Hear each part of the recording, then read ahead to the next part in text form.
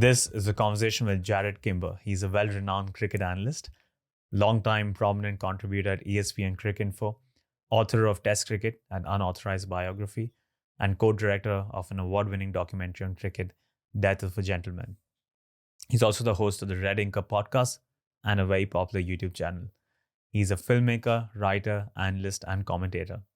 In this conversation, we discuss his journey, getting into cricket writing as an art form, our mutual love for Virender Sehwag and Brendon McCullum, the general state of cricket and the administration, how the sport is run, and also the meaning of life in cricket. This is No Time. If you like what you see, then do hit subscribe on YouTube, follow on Spotify, or rate 5 stars on Apple Podcasts. Money can't buy you happiness, but it can definitely support this project. As some of you might know, I've relocated from Dubai to New York City, and New York is quite overwhelming in more ways than one. It's become even more challenging to put in the time and effort for this project, and also the money, because I'm not earning anymore. But I'm going to continue doing it because I'm very passionate about the vision of this project. In fact, I've invested in better equipment. So if not for anything else, you can put some respect on the hustle. So if you'd like to see this project continue, do consider making a donation on Patreon. Thank you to the people who continuously do so. For other forms of love and support, you can follow this channel on Instagram or Twitter. You can subscribe on YouTube, of course. And you can also share these episodes only if you like it, or you can also follow me personally. And now, it is no time. So for at least half a decade, I had a fledgling part-time career as a sports analyst and a cricket writer on multiple websites. And I have this theory about writers. I would love to check whether you agree with it or not. But that every writer has this one visual or this one story, or even if not that, this one line or one phrase that they've romanticized so much in their head that they know that when they actually sit down to write about it in an article, it would undoubtedly be their favorite article, and they can write words upon, or maybe even paragraphs or books about it as well, and never get tired about writing about it. And for me, that one visual is that whenever someone mentions Test cricket, the scene that comes to my mind is the first test of the English season, and it's typically in Trent Bridge or Edgbaston. And it's a typical English overcast morning. There's some cloud cover. Maybe there's a hint of rain. Maybe the sun might peek out for 1 hour. Alistair Cook comes out to bat and he leaves the first few balls. There's a hint of swing. And no matter who the bowler is, inevitably they get tired of Alistair Cook leaving all the balls. So they bowl at his body. He clips it off his pads. And Michael Holding on commentary says, "Runs."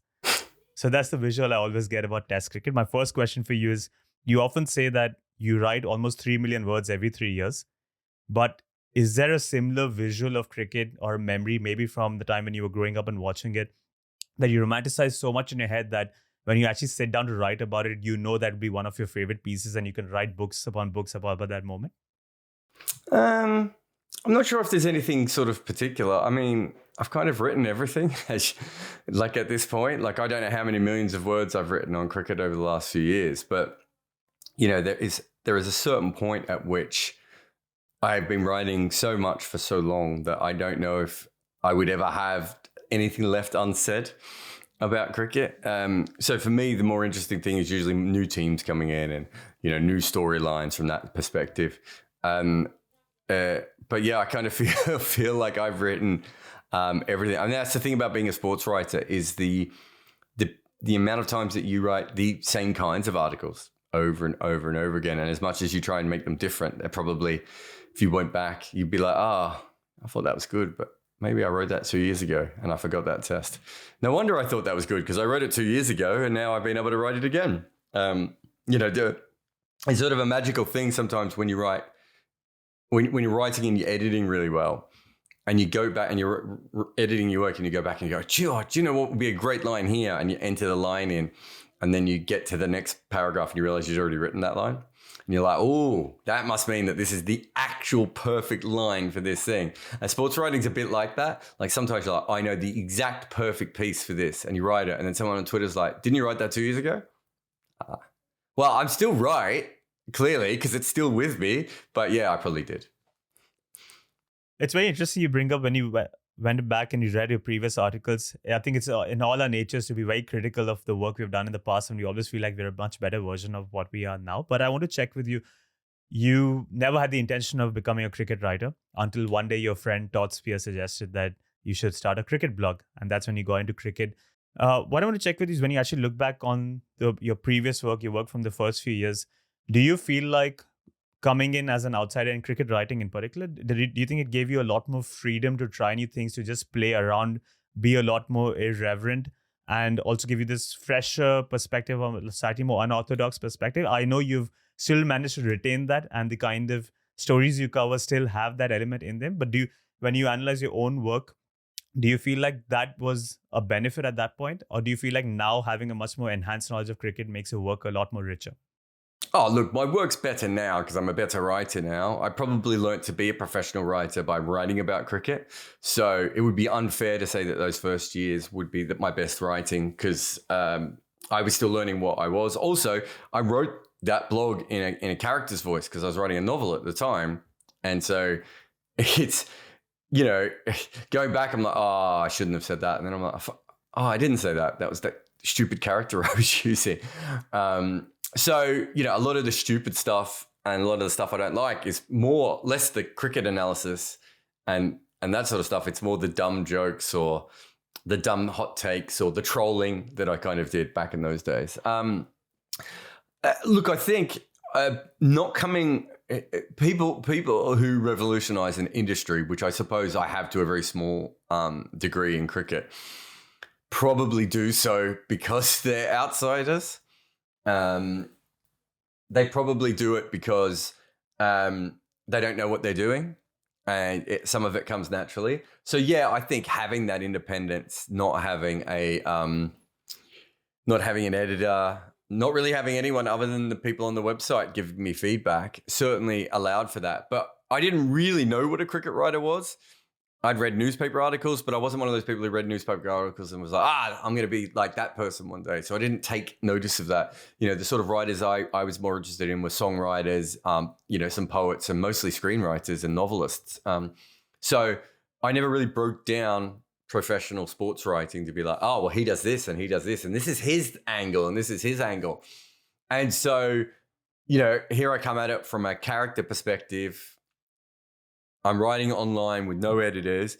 And so, of course, I write about it in a different way. But I don't think I ever would have written about it in the same way as anyone else, only because I didn't come from the same perspective as most journalists and most sports writers.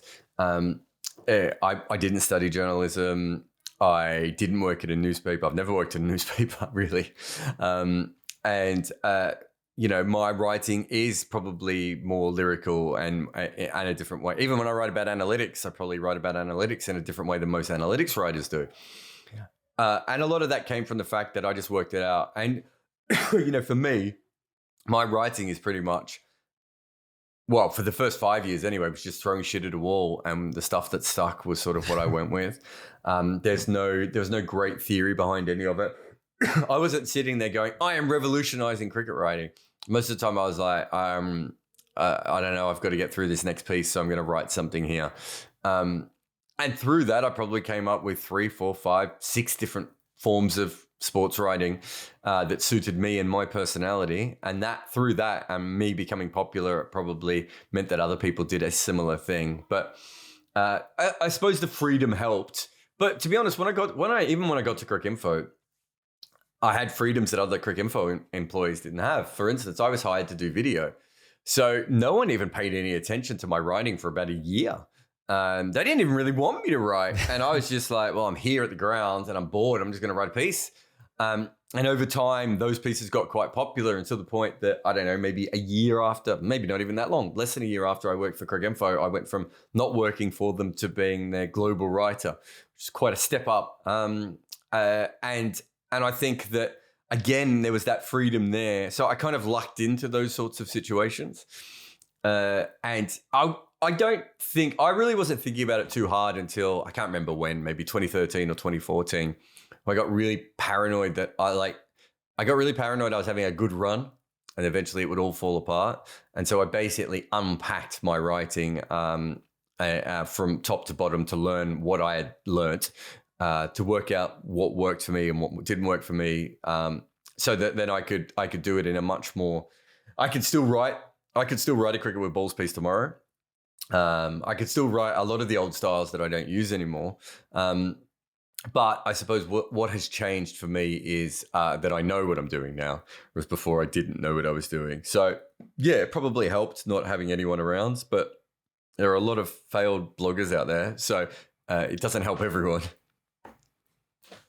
I would definitely agree that you did revolutionize cricket writing. For a long time, sports writing had no emotion. It was writers like you, Peter Roebuck, Ken Pierce, and now Sid Monga, Osman Samiuddin that are bringing emotion back into writing, drama into sports articles, and also concentrating a lot more on human-centered stories in the sport itself. So I would definitely agree with that. It was interesting listening to you talk about how you unpacked your writing and the kind of styles that you adopted over the years. The question that comes from it is, do you view sports writing as an art form? Do you view this evolution of sports writing as similar to the evolution different art styles have gone over the years? And if it has, then how would you categorize the different styles over the last 2-3 decades?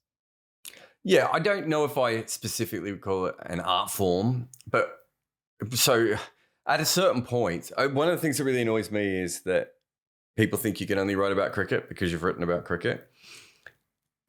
It's almost impossible to be a good writer and only be good at writing in one format. And so I don't really look at myself as a sports writer. I look at myself as a writer who writes on sports, which is probably a little bit different than how other people have come to it. And so I suppose that looks at it. But look, you've got the sort of American style of sports writing, which started with sort of heroes and villains and has become really either, well, a lot of it is really, really almost academic at a certain point. There's still an emotion behind it, but they don't put out anything that they can't kind of back up. They don't like, throwing out too much. So that's a real American style. Then the England style is The Guardian, which is, look at the trees out on behind Worcester. Look at the way the leaves were moving in a similar pattern to the way his hair was as he ran into bowl, which was a brilliant style when it started and can still be done brilliantly by a really good writer. But like most styles and like the American style, it's probably a very it gets bad very quickly. Which most styles, it's no different than genre or anything in the arts. And then I suppose there's this sort of modern, more online based, which is almost like a combination of sort of older, more romantic lyrical styles of writing, and then the American style of getting your facts right and making sure you've got all the information there. And I think that comes from a lot of us who spend a lot of our time online, especially if you're a feature writer. I think the American features were just so much better than anything that was written in Australia or England or India or any of the sort of cricket countries that if you're a fan of feature writing at all, chances are that the American sports features are probably going to speak to you more than anything else.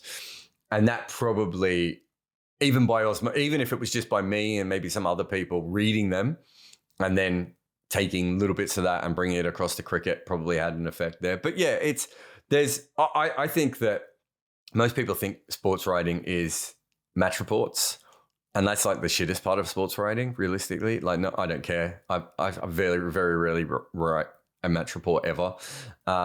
Realistically, the best sports writing is as varied as any other kind of writing.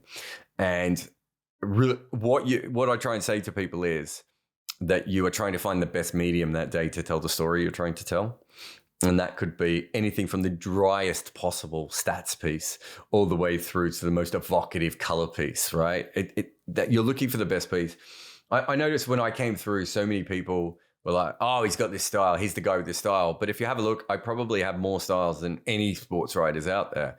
And that is because I probably come from more of a writing background as well.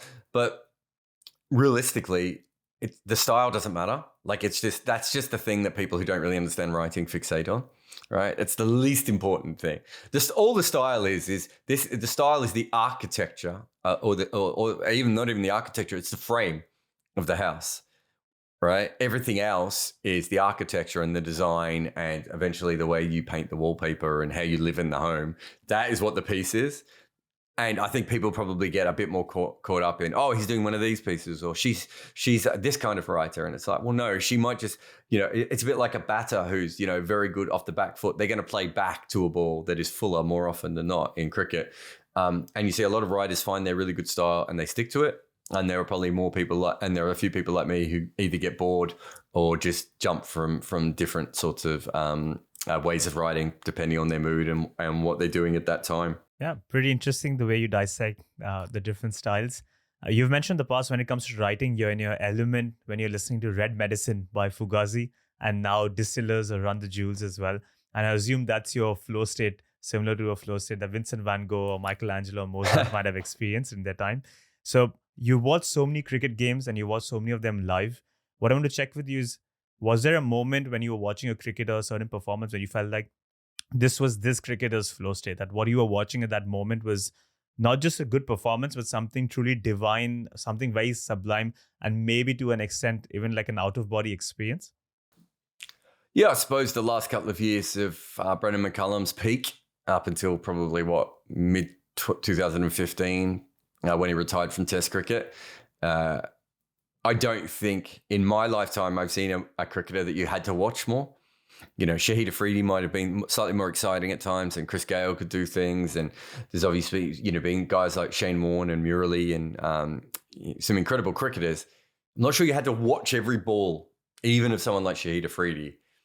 Whereas McCullum, it was almost a performance art at a certain point of he was playing the game in such a different way than had ever been played before. And every ball felt like something could explode.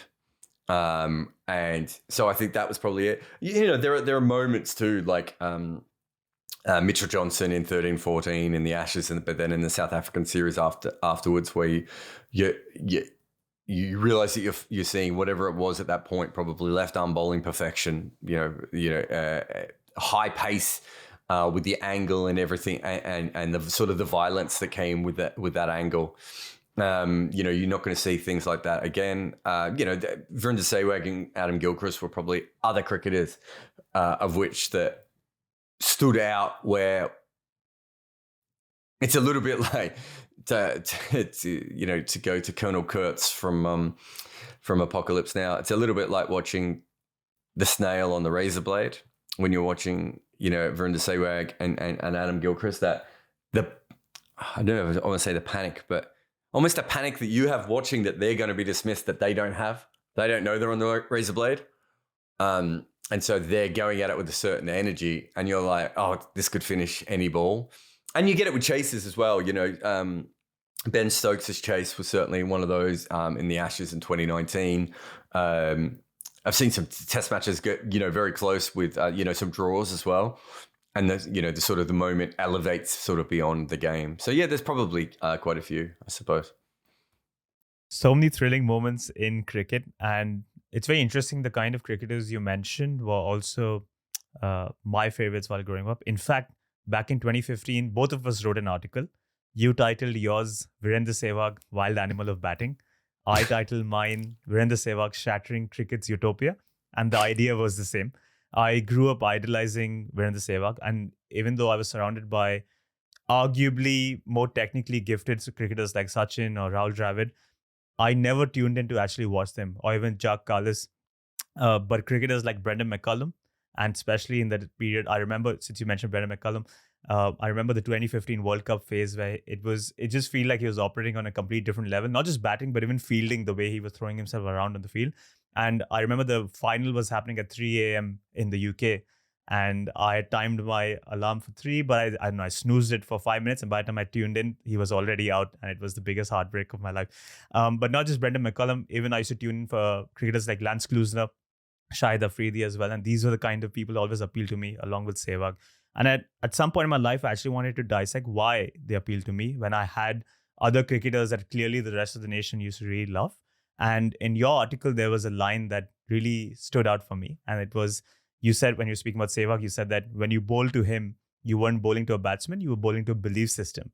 And you personally as well, you've tried to emulate that belief system in your own life. You've tried to emulate the process of going for a big hit and then remaining calm if you get it, or even if you miss it, and then trying to go for a big hit again.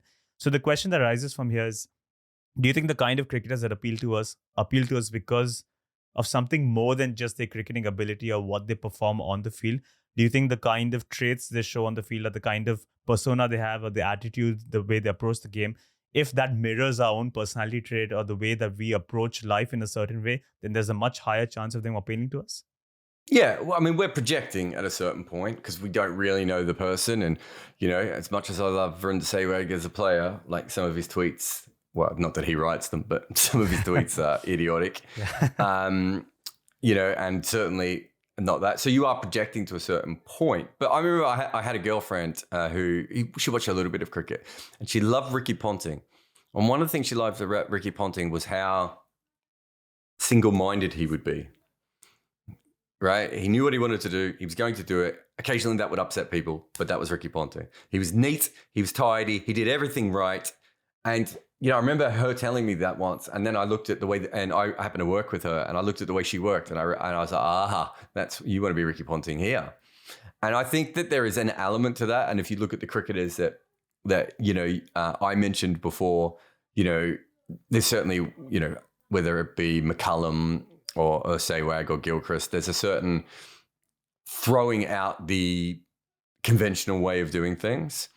And also, like, there's a in their particular mind, there's a real fear of failure that they don't have, right? They're just backing themselves that their talents and their belief and the way they do things is going to work over the long run.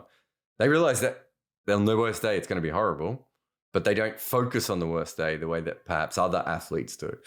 So they're not trying to minimize their worst days. What they're really trying to do is maximize their best days, which isn't what Gilchrist did, and which isn't what Rahul Dravid did. They have a completely different mindset and how they go about it. I'm not saying one's right and one's wrong, but for me personally, that's what I look towards is my failures are large and spectacular, and I've had many, many failures over the years, but that's okay because I know my successes are usually even larger and people remember them more. And over time, if you succeed enough, people even just forget that you've ever failed. They start to build you up as this other person. And so, and also, for me personally, I think, so Gilchrist was the one where the belief system thing that you're talking about really comes from Gilchrist, where at a certain period in my life, I realized I hadn't achieved anything because I'd just been afraid. I didn't know where to get started. I didn't know how to become a writer. I didn't know how to become a filmmaker. I didn't know how to do all these things. So I just sat back and didn't do anything because I didn't want to fail at them. And I didn't really understand the system. And then you see Gilchrist play and miss terribly at a defensive ball. Like he's not even in the postcode of the ball. And then next ball, similar ball, he just smacks over deep mid wicket. And you're like, so the previous ball or the previous innings or whatever it may be hasn't affected him, right? And then you start to think about how that will affect your life. And I think we project to a certain point. I happen to have met Adam Gilchrist quite a bit, even before I became a cricket writer. Well, I spoke to him quite a bit in one of my previous jobs.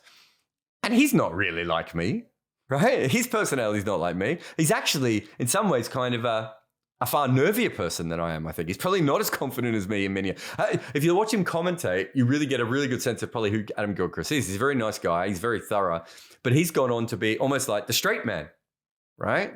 In the commentary. Like other players that weren't as good as him, like Mark Waugh and Damien Fleming, and Brad Hodge provide much more analysis when they're on air with Gilchrist than Gilchrist does, right?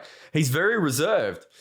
But watching him play, that's where I got that energy from, and that sort of moved on to, I suppose, Sehwag and then McCullum as well. I know exactly what you mean by the thrill of watching the snail on a razor blade analogy for watching Adam Gilchrist or Sehwag, because I used to feel that every single time Sehwag used to come out to bat, and more often than not, he would actually fail because your centuries are that only have 20 centuries out of 200 innings. More often than not, every batter fails, even the ones who don't have that style. Do you know what I mean? And, that's, I think, what you're probably trying to do in sport at a very high level, and we're sort of talking at an intellectual level here. Everyone's getting something different out of sport, which is why I try and promote sport to as many people as possible. So there are people who are trying to there are many people whose only thing about sport is going out, standing on the terrace and swearing a lot. Right? right? And that sounds really terrible, but there's probably a reason they need to do that. Their job sucks. Their life sucks. They're not happy in their marriage. They're having trouble as a father, as a mother, as a lover, whatever their problem is, right? And that Saturday afternoon or, whatever sport they're into matters. And the same for the people who take amateur sport really seriously. Very similar type of people.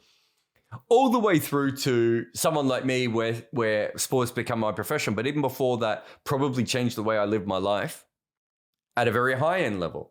And then you've got what it can do for different parts of society and disabled people and women and, people from, lower caste and the wrong skin color and all these sorts of things in society. You realize that sport plays a different role for all these different people. So the most important thing really with sport is to make sure that as many people have access to watch and play and grow with every individual sport so they can find their, whatever it is, whether it's just them yelling at the left back or whether it's, their chance to become the world heavyweight champion of the world. It doesn't really matter.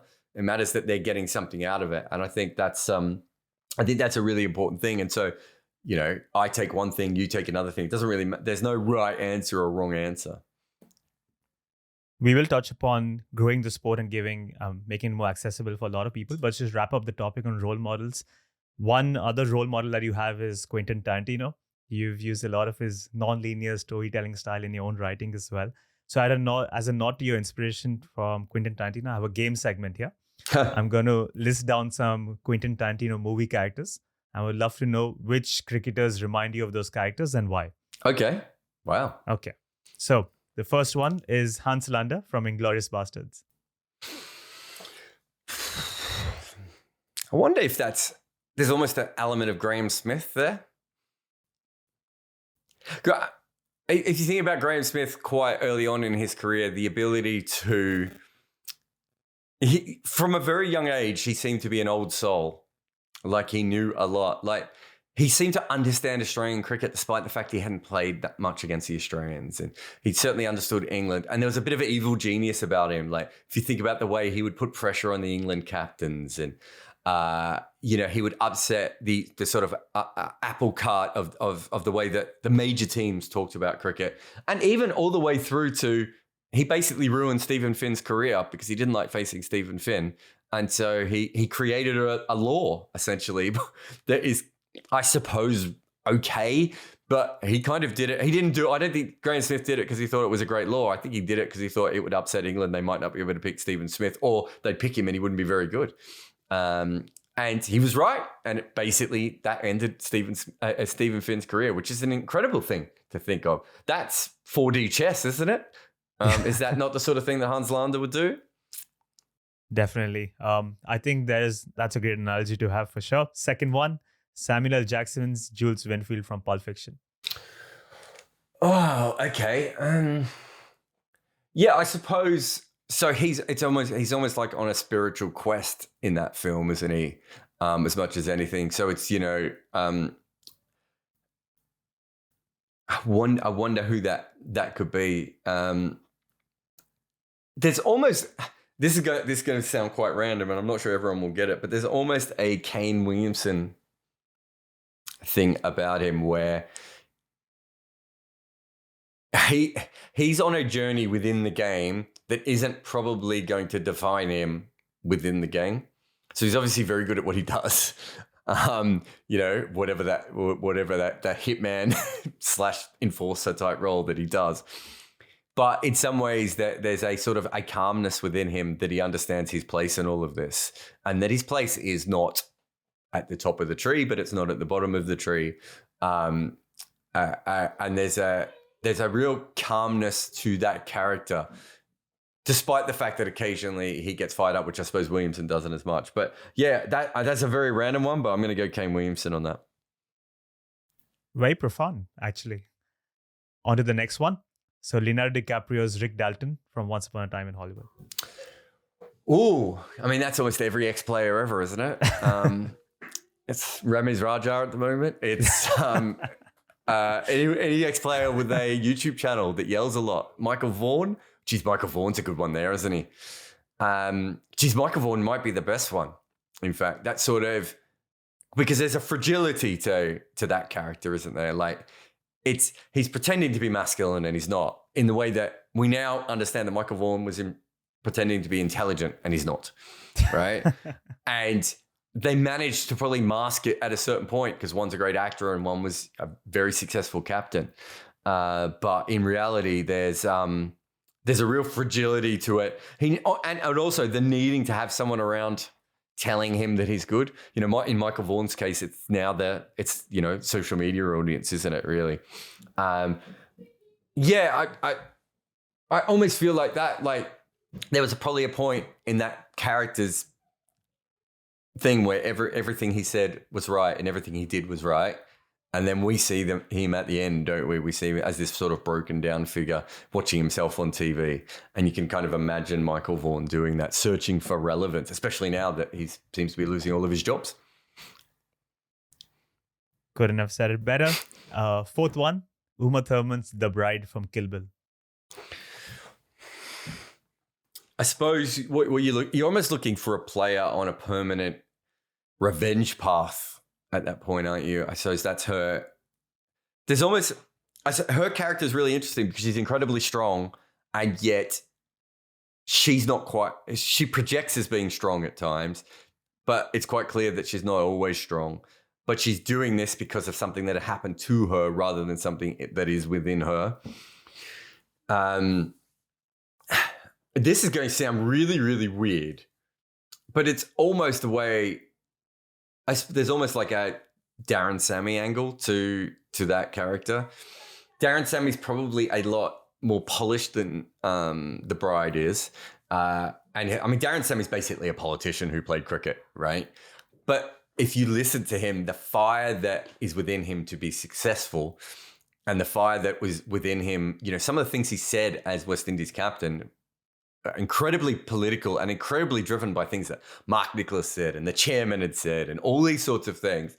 And yet he kind of masks it. But then, you know, you hear him commentate and I know Darren a little bit from working together. I wouldn't say we're particularly close, but I also feel like he also knew that he was a bit of a limited player, right? And these are the things he did really well. And these are the things he backed himself on. And he was going to almost ignore the noise. And then anytime, I remember I think it was Colin Graves when he got the job with England and he said, we would expect England to beat the West Indies because they're an ordinary side or something along those lines. And England won the first test. And I think, I can't remember if it was a 2 or a 3 test series, but West Indies drew or even won that series. And Darren Sammy brought that quote back up. Darren Sammy does not forget. He is, of all the players I've ever met, he really is driven by the very small slights. I mean, there's almost, you see this a lot in professional sports that players almost make people into imaginary villains to get better performance. I mean, there's the great story about, Michael Jordan's one of the best ones where he basically has completely reimagined what happened to him in high school so he can pretend to be the person who was once overlooked at sport. Where the real story was he wasn't playing on the high school basketball team because they had other players and they didn't think he would develop as good coming off the bench. Whereas if he played at the junior level, he would be able to start, get all the minutes that he would need. But he's done that as this big slight. Again, Michael Jordan wasn't good enough and Michael Jordan had to go back and get better at basketball. And there's the great famous one too in basketball of Shaquille O'Neal basically inventing a story where David Robinson refused to give him an autograph when he was a kid. Didn't even happen. Shaquille O'Neal just put it in his head because he needed that. And I think that is what the Bride character really is. And that's probably what, I know Darren Sammy probably outwardly looks quite different, but I think there's probably a lot of similarities there if you dig beneath the surface of the two characters. Interesting phrase you used for Darren Sammy, the politician who played cricket. I remember the speech he gave in the post-match presentation after West Indies won the 2016 T20 World Cup, and that speech gave me chills, and I still go back and watch it. It was just a very dramatic match. I spent a lot of time around cricketers. I've never spent more time around a cricketer that I thought either wants to be in politics or is made for politics. Like, he remembers everyone's name. He makes everyone feel like they're the only person in the room. But he does that with everyone. And I'm not saying he's disingenuous. I'm just saying when you meet really good politicians, that's what they do. They make you feel like you're the only important person. And then they switch and then they do it to the person next to you and then they do it to the, he does have a passion within him, as someone from St. Lucia, but also someone within West Indies cricket. And also, as we've seen of recent times, as a black man as well, there's a lot of different sort of passions within him. So I think he's a very political person. Dan, Sammy, if you're watching, and I know you are, there's another career waiting for you out there, as suggested by Jarrod. Final one in this game segment, Mr. Pink from Reservoir Dogs. Oh. It's a show of tough questions. I mean, he's quite capable, but he's also got a massive chip on his shoulder that no one kind of respects him. And he kind of self-sabotages as well. I can think of a lot of cricketers I'd want to say. I don't know if... I don't know. I think he's a brilliant character. I'm trying to think of someone who is... I wonder if it's someone like Paul Collingwood. Like someone who maybe got the most out of himself, but has also found his level and needs everything to sort of fall in. So Paul Collingwood was... I don't think this is the biggest secret, but maybe not one of the best behaved cricketers of all time. And there was a lot of self-sabotaging that I think he did with his career, despite the fact that everyone really liked the way he played and how he went about it. I think someone with Paul Collingwood's knowledge and ability to get the most out of himself should probably be a head coach somewhere or the director of cricket. There's reasons why he's not. And yet you put him in a really good side like that 2005 not 2005 specifically, but that kind of era of team. And he doesn't look out of place, despite the fact that in some ways he's almost like a good club cricketer rather than a great test cricketer. And there's a little bit of grittiness and bastardry to him, which is obviously also something that Mr. Pink has. I suppose Paul Collingwood. I almost compare all things in life to Paul Collingwood, though, so I feel like that's cheating for me. But I could see that. I mean, Justin Langer's probably another one, but I don't think Justin Langer knows. I don't think Justin Langer is I don't think he has the ability to sort of really judge himself in the way that Mr. Pink does. And I wonder if Paul Collingwood does. But I feel like Paul Collingwood understood his role in everything a little bit better. All great comparisons there. It's 5-on-5 for this game segment, Jarrod. There's a trophy heading your way. Let's move on to talk about Death of a Gentleman, movie, the documentary that you made with Sam Collins. In the book Beyond the Boundary, CLR James asked probably the most probing question in the sport, which is, what do they know of cricket who only cricket know? So if you had to give a slightly extended elevator pitch about the general state of cricket, not the rules of the game, not how the sport is played, but the state of it, the administration, how it's run, what would that elevator pitch sound like? No one's in charge. Is that it? That's it. No one's in charge. No one is in charge of this game. It is bumping from crisis to crisis, from problem to problem, occasionally getting things right because it's a magnificent game. And I think you can basically go through the entire history of cricket. I don't think anyone's ever really been in charge of cricket. Most of the best things that have ever happened to it are because of the game itself. Most of the worst things that have ever happened to it are because of all the shit things that humanity has thrown at it. And it's managed to overcome because it is such a complex and wonderful sport, but no one is in charge of cricket. And so it is in the state that it is in almost perpetually, almost from day one. It has been this case. I mean, one of my favorite stories is people look back at the amateur. Oh, cricket, maybe cricket should be more amateur. All these people, everyone's playing it for money. And it's like, well, one of the most famous sort of amateurs is W.G. Grace. And he made more money out of cricket than anyone else did.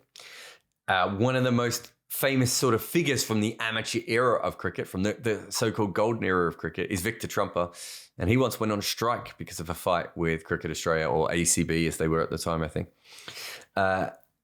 This game has never been pure. It's always had to deal with class systems, sexism, racism, institutional problems, a lack of management, a lack of government, a private men's club approach to governance, a lack of governance, corruption, a lack of forward planning, a lack of cohesion, self-interests, I could go on and on.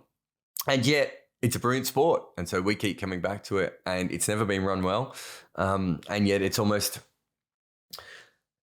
built a brilliant system outside of that. And so no one is in charge is the best way of explaining cricket to anyone now of where cricket is going and where cricket has come from. Definitely a very bleak elevator pitch, and I'm sure cricket fans might not like it.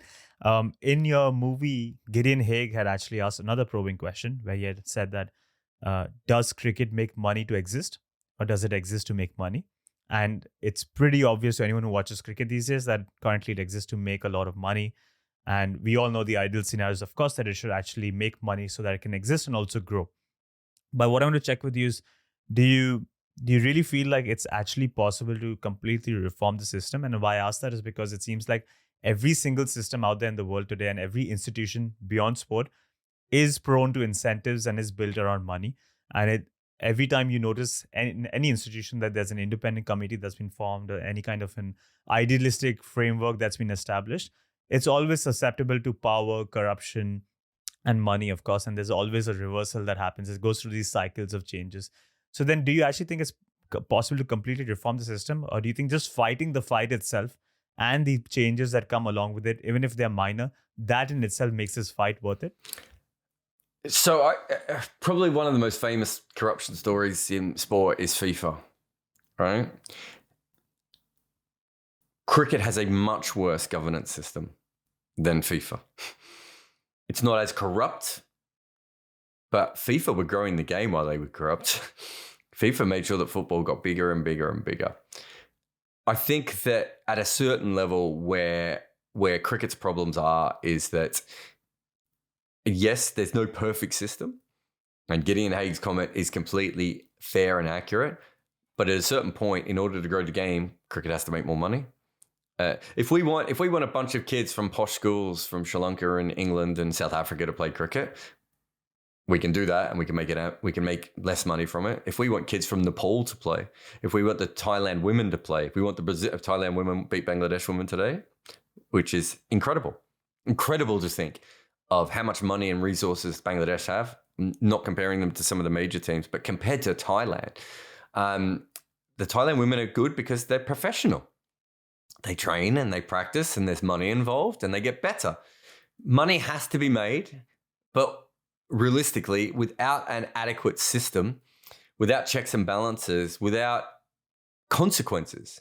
So, for instance, when South Africa almost got suspended by the ICC because the government got involved with how the game was being run, didn't happen in India when the Supreme Court was involved. It doesn't happen with Pakistan when Imran Khan openly changes how the first class system is because against the wishes of the CEO. It doesn't happen when the Sri Lankan government have to sign off on the Sri Lankan men's squad every time they go on a tour.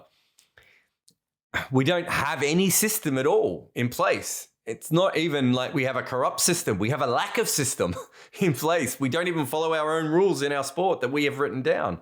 And so it's worth fighting the fight because it's worth pointing these things out. Every World Cup that we have is rigged, right? And I'm not saying the matches are fixed. What is one of the most important things in sport? It is the sanctity of the fact that we don't try and cheat the fixtures. We go out of our way to ensure that when we do a draw, that it's fair and balanced, that it's based on rankings, that it's based on... We don't do that in cricket. We make sure that India and Pakistan play each other every time. We're literally rigging the draw for ratings, right? It's a ridiculous situation that cricket has got itself into and is allowed. And I've got no problem with some of these people trying to maximize the money, as long as the money then goes back into developing the game worldwide. Well, I'll tell you what, the ICC has never had more tournaments. They just took a bunch of funding away from associate nations. They've just made it harder for associate nations. So now you've got a bigger World Cup and you're going to have worse associate nations because they're not going to have the same support from the ICC that they had before when they weren't allowed to play in a World Cup. Ridiculous situation. So yeah, you fight the fight because these things have to be said. A lot of the things that myself and Gideon Haigh and many other people who write about cricket politics have said over the last couple of years, cricket got away with, right? If people didn't keep moaning about the veto system, Australia and England would still have it. right? I'm not saying that this current system is much better than that, but it's better than Australia and England being able to veto anything they don't like, even if they didn't use that. That's a warped system when it comes to voting. So, yeah, you fight the good fight, and you know that there's never going to be a perfect situation, but you hope that as things come, you have small little victories. And look, 30 years ago, associate cricket was absolute shithouse, right? They were terrible. Now we have associate teams that are test playing nations. We have other ones lining up to play. We have villages in Papua New Guinea. We have 4 cricket clubs in Namibia good enough to scare some of the major teams. We have the Thai women's team. We have the Brazilian women's team, right? We have the Japanese under-19s team. Things are happening in cricket. I do take your point about fighting the fight, and I'm sure the work you do, and also the kind of really, I would say, revolutionary pieces that you wrote on the Afridi of Kansas, or the pieces on Afghanistan cricket, or Emma Lai, I believe, from Hong Kong, or Asif Karim. I think these kind of pieces do really highlight why we watch this sport, and also the power of getting more people involved, the associate nations involved. So definitely do want to thank you for that. One final question on Death of a Gentleman before we start wrapping up. So Michael Holding in the movie, when he was commenting on the statement that Kofi Annan had made, when he said that that's not cricket, Michael Holding had said that clearly cricket means something more than a game that deserves to be preserved. And even if you look at cricket history, it always feels like the best cricketers out there always stood for something more than just the game. And you had mentioned W.G. Grace, and W.G. Grace, of course, he stood for cheating and class problems and being a scammer. Well, in a way, he was a symbol for the Victorian era in England. And in a way, these best cricketers, they often resemble the zeitgeist of the country, whether positive or negative. And the same applies for Dennis Lillee with Australia. You have written a book about the Lily of Campbellfield, and Martin Crowe with New Zealand, or George Headley or Viv Richards with West Indies. And I feel now Virat Kohli with India. So then the question that arises from all of this is, what is cricket to you? Is it just another silly game? Is it just another bat and ball game? Often you joke about it. Or do you feel like it actually holds a lot more meaning and it needs to be preserved, like Michael Holding suggests? Yeah, I agree with Michael Holding at a certain point, but I do think that basketball and football, and maybe, there's probably a few other great team sports out there that also have an incredible role to play. Basketball is an incredible sport in the teamwork and cooperation that you need to have. Football is an incredible sport in that you can't really have a weak link type of player, and what they do for individual communities and what they do for nations. So I don't think cricket's unique. It's probably a very different sport because it's so much older. I mean, you talk about W.G. Grace. He's basically the first ever global sporting superstar. In his era, he was famous. It's not like some other, there had been famous athletes before him, but a lot of them were famous years later. But he was the first one that then and there traveled the whole world playing cricket in a time when traveling the world was not easy at all. Was famous in America and was famous in South America and Africa and Australia and Asia. So I do think cricket is different, but realistically, at a certain level, I'm not. I think what cricket has allowed for, and this is what has frustrated me about the way the game has grown, is that for whatever reason, cricket is involved in nation building. So Victor Trumper is probably maybe the Sachin of India, in that Australia had some good cricketers before him. They'd won the Ashes. They'd had the demon Fred Spofford. Victor Trumper, W.G. Grace said, "You're the person taking over my legacy." Right? It wasn't just even you're the best cricketer in the world. Cricket is in your hands, Victor. And it turns out he wasn't even the best batter of his generation. It was probably Jack Hobbs. But to Australians, that at that same period, Australia was literally becoming Australia. Right? It was federated in 1901, and I think I can't remember the exact year that Grace had that conversation with Trumper, but it was 1900 or 1899. Do you know what I mean? It was like that era. Australia's becoming a country, and in the sport that we have chosen to be our national sport at that time, we have someone quite special. And if you go forward to the next big boom that Australia has, sort of is is Don Bradman. And then in Don Bradman, what do you have? If Victor Trumper wasn't quite the best player in the world, he might have been one of the most respected. Don Bradman's the best player that had ever played the game then and might still be, right? So now Australia has this incredible figure that is completely sort of transferring how they feel about themselves, who happens to come from the Depression. Then you go forward to probably Dennis Lilly's the next major one. What's Dennis Lilly? Well, Trumper had this sort of Australian/English style about him. Don Bradman was almost English in some ways, in some of the ways that he talked and everything. Dennis Lilly is never going to get confused for an English person. He's Australian. He looked like the Australian men in rock bands, had the big hair. He's now representing Australia. So you look at those three cricketers, different generations, years, decades between them, completely different kinds of people. Through cricket, they allowed the country to feel different about itself, right?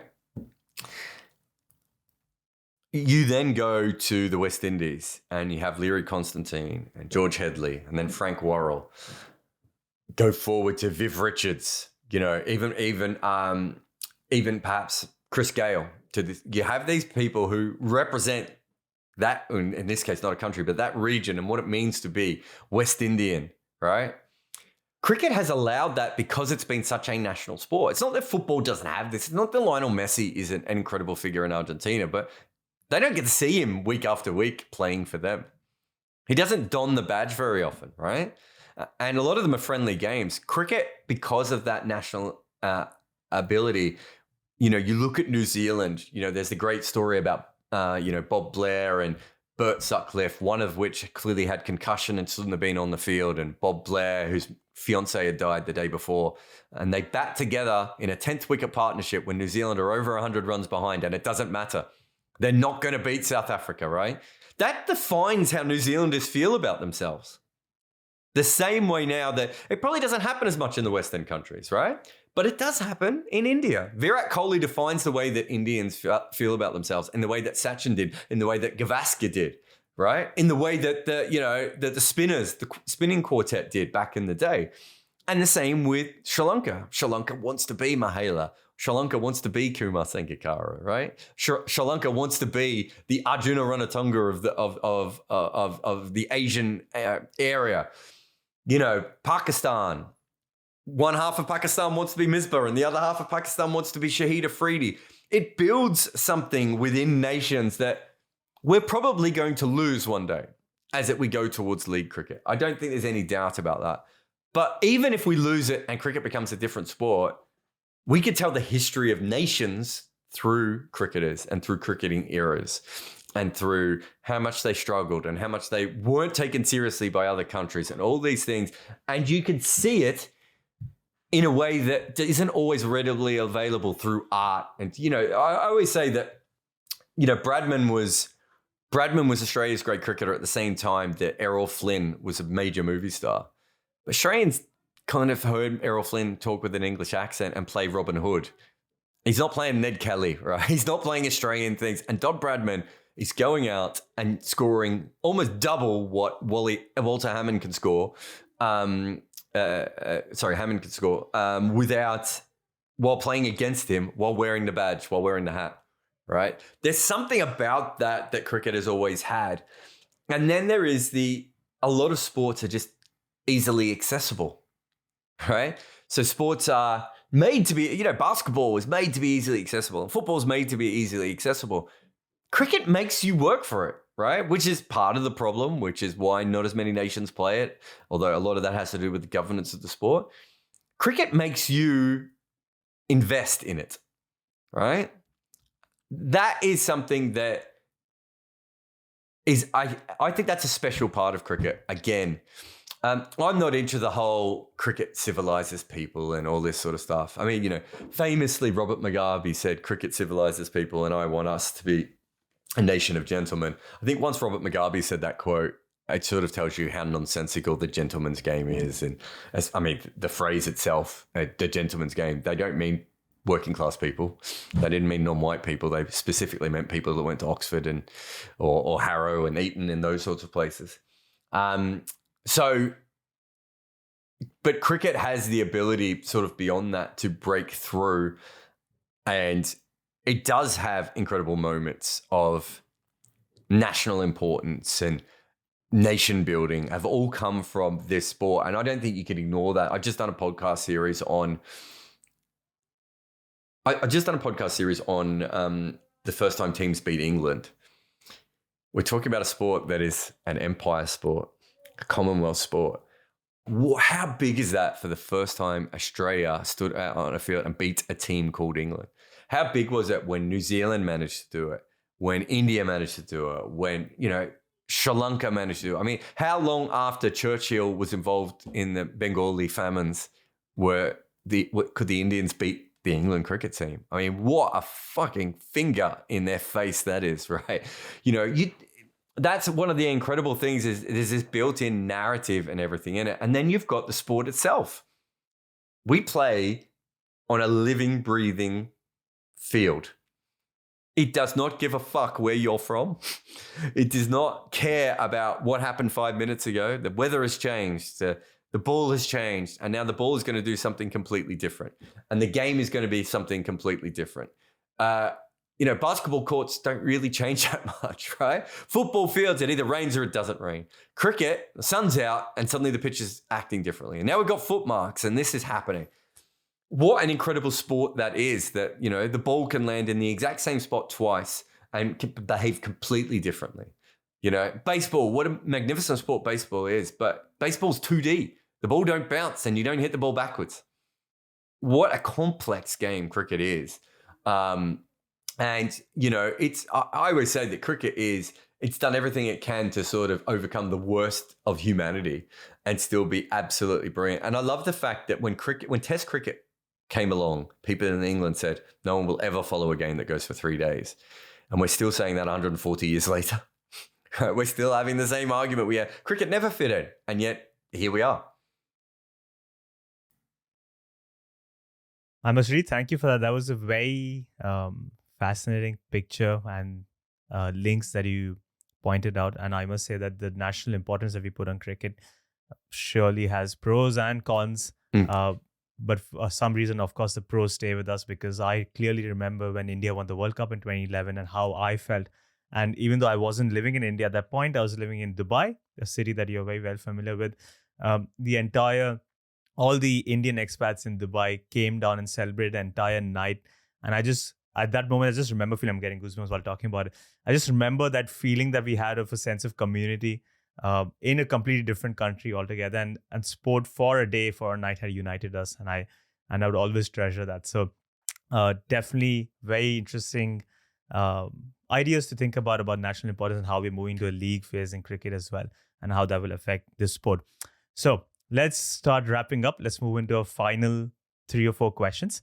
The first is, what are some books, movies, apart from Quentin Tarantino movies, or role models that have strongly influenced in your life?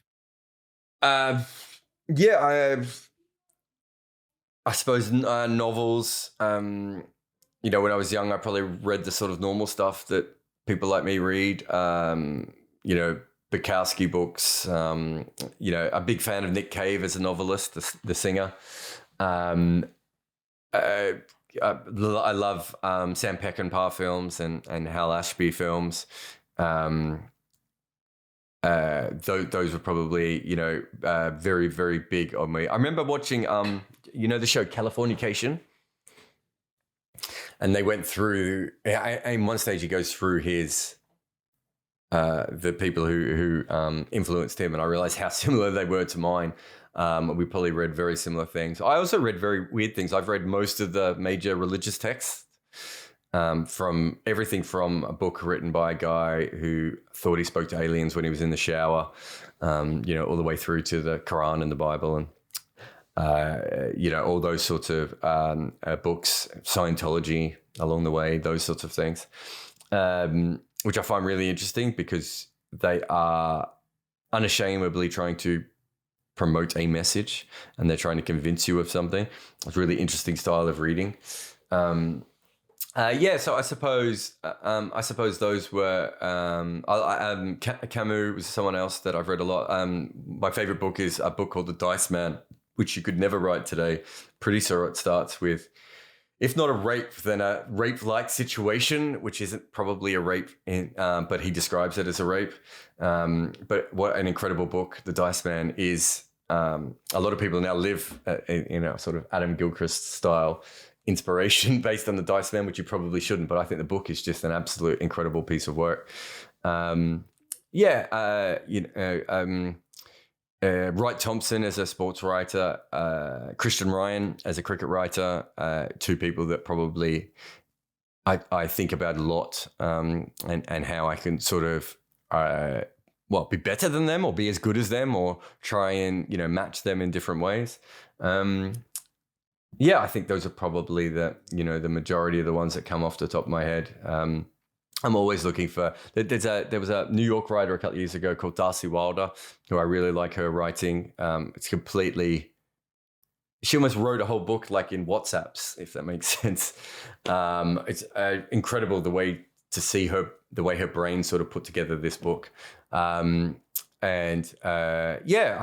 think that's probably the majority of which I can think about off the top of my head. A lot of screenwriters, certainly, and directors. That was kind of what I wanted to do, was be a writer director. When I was coming through, didn't quite make it unless you count Death of a Gentleman, which is a little bit different, but halfway there. You didn't finish high school, and your family jokes that you spend more time on the cricket field than in high school. But now look at you. You've made movies, you've written 5 books, you've written lots of articles, very popular cricket writer, and of course, a great fan following in India itself. So keeping that in mind, what would you like your legacy to be like? Yeah, it's interesting. I think because you mentioned Quentin Tarantino a lot, he's one of those people that keeps his legacy really, he's always talking about his legacy in every project. He wanted every project to be perfect because he wanted to leave this incredible legacy behind. Obviously, he's forgotten Death Race, but no, not Death Race. What's it called? What's the shit one that he made with Death Proof? Yeah, Death Proof. God, Death Race is a great film. I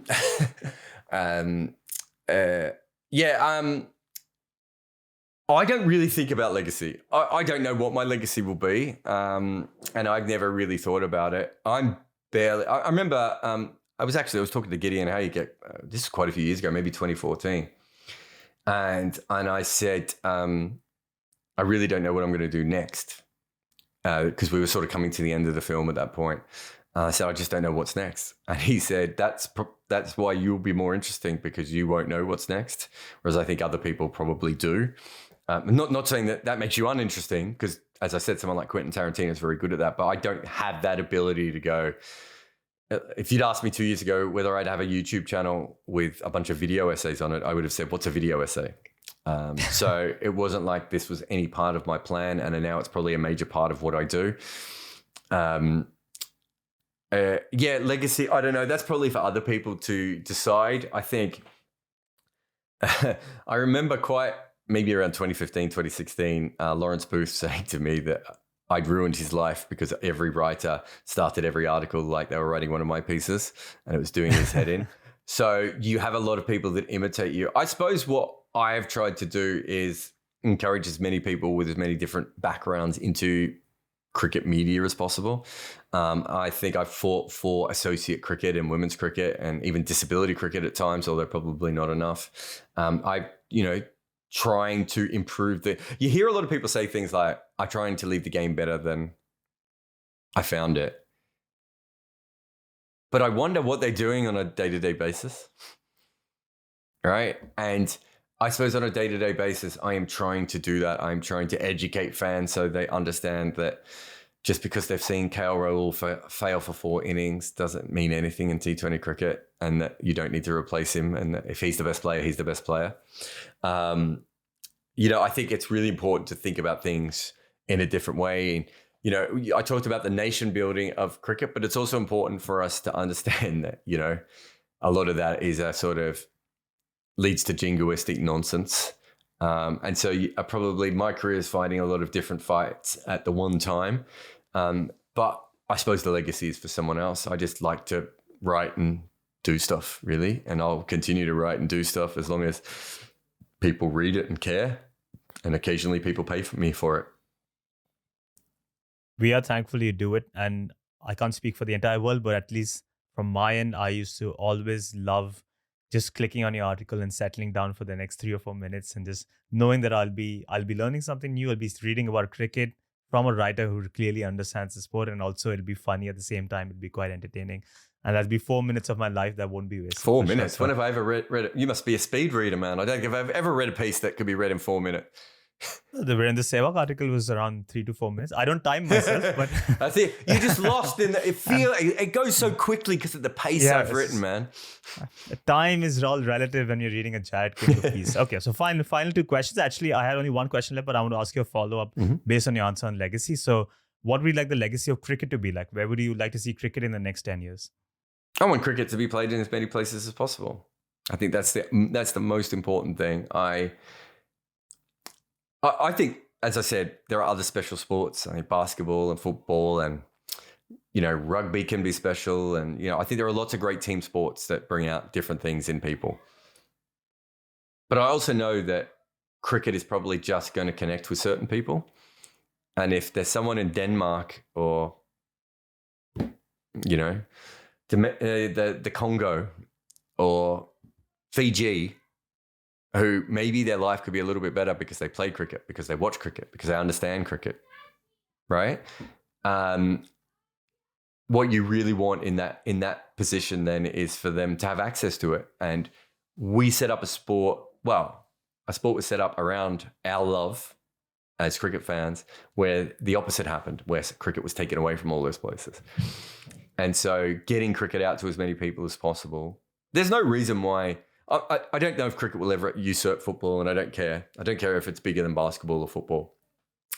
But I do care that it's played in as many places as possible and as many different people have the opportunity to watch it, fall in love with it. Because I think, as we talked about on this podcast, you can get so many different things out of that. And if it's a bit like if you grow up and the only movies you can watch are Westerns, that's not saying Westerns are shit. Right? But maybe you would get something out of musicals or crime thrillers or spoofs or whatever other film genre there is. And it's the same with cricket. The more choice we give young people, the more ability we give them to learn and to grow. And, there are cricket is such a remarkable sport because it's an individual sport wrapped in a team sport. There are incredible things that people can learn and can develop by playing the game of cricket. So I just want as many people to be able to have that opportunity. I know it's changed my life. Right? And I know that I wouldn't be the person I am today without cricket. And so I want other people to have that same opportunity that I had. The same way as I want everyone to have the opportunity to play football and basketball and fucking squash. Maybe not squash. It's really hot. Don't play squash. No offense to anyone who loves squash. I played squash, don't worry. But despite the current bleak outlook, I do hope that the legacy you have for cricket in mind, I hope that does come true. Final question for you, Jarrod. You have, on multiple occasions, dissed the writers that started writing for Guardian. And he said that the Guardian started filling up with these chin-stroking writers who always wanted to probe how a match addressed the meaning of life. And even in this interview, you mentioned how they used to talk about the rustling of the leaves and how the baller's hair used to flip around the wind. And you said that when they used to write about it, they used to often miss the most obvious story or narrative in the match. And they were rather focusing on finding out the meaning of life. But I would like to speak in their defense. And I have a quote here from Albert Camus, the philosopher that you look up to. And he said that, I see many people die because they judge that life is not worth living. I see others paradoxically getting killed for ideas or illusions that give them a reason for living. What is called a reason for living is also an excellent reason for dying. I therefore conclude that the meaning of life is the most urgent of questions. Okay, so here's what I would say about that. If you're a sports writer, every time you put on your khaki trousers and your check shirt and you eat your free lunch and put on your lanyard, you are seeing someone have the day that they're going to be remembered for the rest of their life, for good or for bad. If you can't see the meaning in life in the game itself, and you're too busy talking about other things, if you can't see that When you read about cricket, when I read about the cricket history, do you know what was it? Cricket history? Do you know what's in the background? How this sport evolved. How different nations took it in different directions. How different players took it in different directions. How different conditions took it in different directions, right? And then you read the sports writers of that day and you're just like, did they not notice this? Did they not notice this? You want to know about the meaning of life? Work out why the Khan brothers started playing the reverse sweep in Pakistan, right? There's a meaning of life in that, and you're still actually talking about the game. What you're not doing is you're not chin stroking and saying to yourself, sometimes when I go to cricket, I just think we just need to slow down life, more like cricket. We need to have space. Everyone's written that piece. It's been written. If you want to be a great writer, right, come up with something new. Cricket comes up with something new all the time. And I promise you, I can find you the exact same pieces from 100 years ago as bad sports writers are writing today, right? I understand sports writing is tough and not everyone has the ability to break down the game. Not everyone can see what I see and what other sports writers see. I've got no problem with finding the meaning of life in cricket. Usually there should be a deeper meaning in almost every piece that you write. But if you start by saying that you're writing about the meaning of life in every piece, A, that's didactic, B, it's boring, and C, you probably won't see the actual meaning that is in front of you. Writing is not about saying the obvious thing. It's about, to use my most famous analogy, there are a huge percentage of people on this earth who think that Godzilla is a movie about a big lizard standing on things. Godzilla is a movie about Japan coming to grips with that, playing a part in their own demise. It's about their insularity. It's about the way that they brought the nuclear pain onto themselves and then they couldn't control it.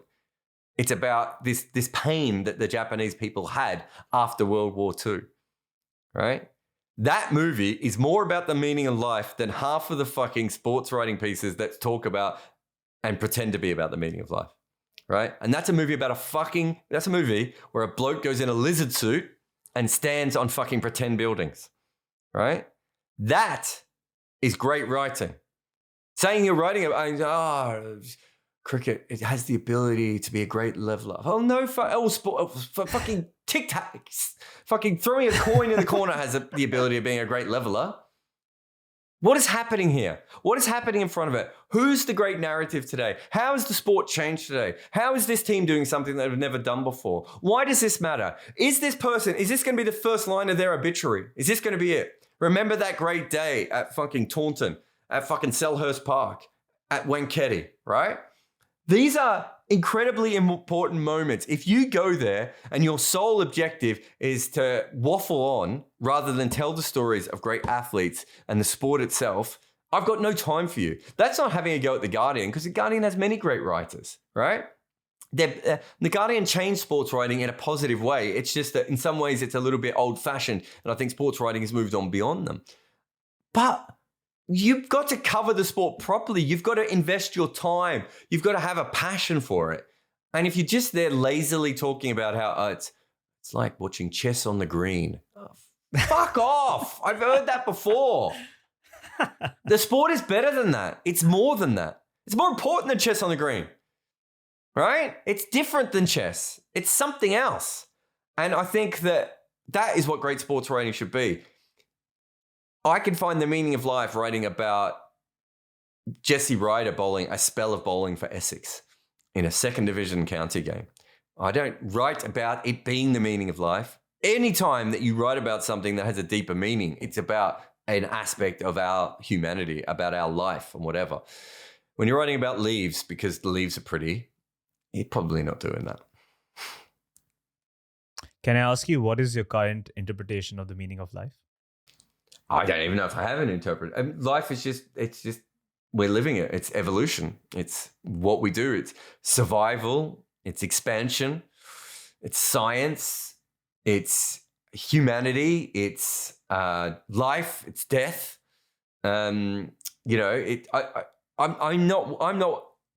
I can find more in the meaning of life by writing about one human's failures. I can find more about the meaning of life when I write about Benny Howe, the second best T20 bowler in the last 6 years of cricket, and how he has used his ADHD to reshape who he is as a professional athlete than I can probably sitting down and writing about philosophy and the meaning of life. What's the meaning of life for Benny Howe? He's got this incredible singular view of life because his ADHD maybe doesn't control him, but it steers him in a certain direction. And it comes out of him in the most creative cricket way than we've probably ever seen. The man is an artist of slower balls, right? Where's all the fucking pieces on him being an artist of slower balls and how he's used his mental health problems to actually become a better cricketer and to become a better person, right? The meaning of life is noticing that Benny Howe exists and glorifying him. And through him, what's my shared connection with Benny Howe? What's my shared connection with you, right? Who are we? What are we trying to do? What are we trying to grow as? And, you know, it's nonsensical to believe that we're going to do that through these chin stroking pieces when in front of us we have people living the meaning of life.